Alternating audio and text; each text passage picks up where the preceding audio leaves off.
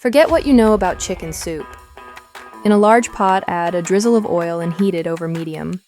When it's hot, add 1 chopped onion. Add 1 carrot and a celery stalk, both sliced. And add 3 cloves of minced garlic. Finally, add a pinch of salt. Stir and let the veggies soften a bit, about 5 minutes on low heat.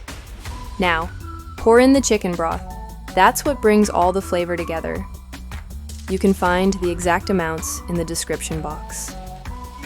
Add 2 chicken breasts, a bay leaf, and a teaspoon of thyme. Turn up the heat and bring it to a boil. Then cover and let everything cook for about 30 minutes. Let it simmer gently so the flavors come together. Everyone makes it a little different. What veggies do you add to yours?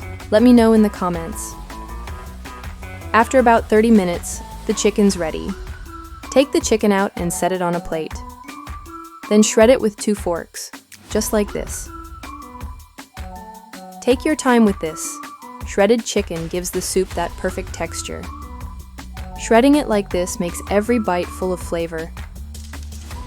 Do you shred it like this, or do you cut it into pieces? Now that it's tender and ready, back into the pot. It's time to bring this soup together. Time for the noodles. They'll soak up all that flavor and make this soup complete. Give it a good stir over medium heat, just to bring everything together. Everyone has their favorite. What kind of pasta do you use in yours?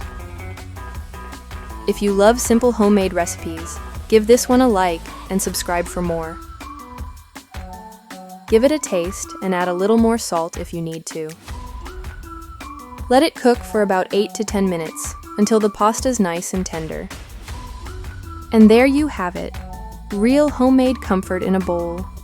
Don't miss the next recipe, it's even better than this one.